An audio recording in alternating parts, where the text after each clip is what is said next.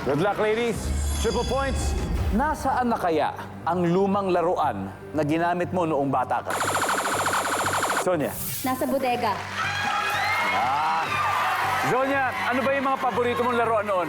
Barbie, teddy bear. Pero nandun pa. Nandun pa. Nandun pa, Barbie, o nasa bodega. Whoop! Ashley, pwede pa. Tatlo to. Nasaan na kaya yung lumang laruan na ginamit mo nung bata ka? Nasa cabinet. Nasa cabinet. Survey? Wala. Zonia, pass your play. Play! Here we go. Final round. Tatlo na lang.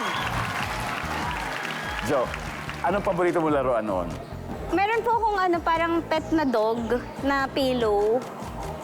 Talaga? Anong Yes. ginawa mo kaya? Nasaan na kaya yun? Nasa akin pa rin siya eh. So, yung sagot ko po siguro nasa bed. Kasama pa rin. Kasama pa rin. Nasa akin pa rin daw yan. Wala. So, nasa na kaya ang lumang laruan na ginamit mo? Jennifer!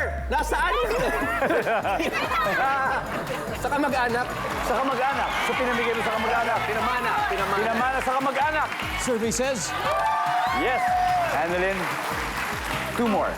Nasa na kaya yung lumang laruan na ginamit mo ng bata? Na-donate ko na. Na-donate mo na. Na-donate ko na. Ganun din yung pinamigay eh. Dinonate. Kasama na yun sa ipinamigay. Binibigyan mo rin time to huddle. Zonia, kailangan ko mo to kung di mo si Steve nila. Nasa na kaya ang lumang laruan na ginamit mo ng bata ka?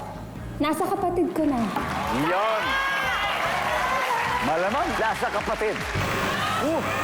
Wala rin. 129 points up for grabs, Ashley. Nasa na kaya ang lumang laruan na ginamit mo nung bata ka? Ginamit na pangkulam. Charot. Panggulam. Kaya? Wala, nawawala na. Hindi Wala ko na. alam kung nasan. Wala na, di ko na alam. Mamang Popon. Wala na, tinapon na eh. Sira na kasi. Wala na.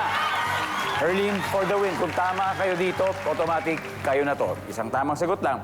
Nasa na kaya ang lumang laruan na ginamit mo nung bata ka? Nawala na. Nawala na. Okay. Nasa board kaya at sapat ba ang puntos? Nawala na. Survey says...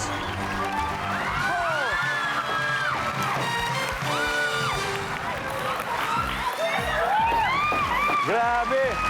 O, tignan natin ang number 1.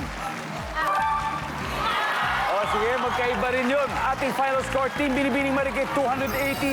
Team Lilit Matias, 163. Zonia, napakagaling. Sayang. Sayang. Thank you. Very close, very close. Balato. O, balato. Balato. Palakpakan po natin, Team Lilit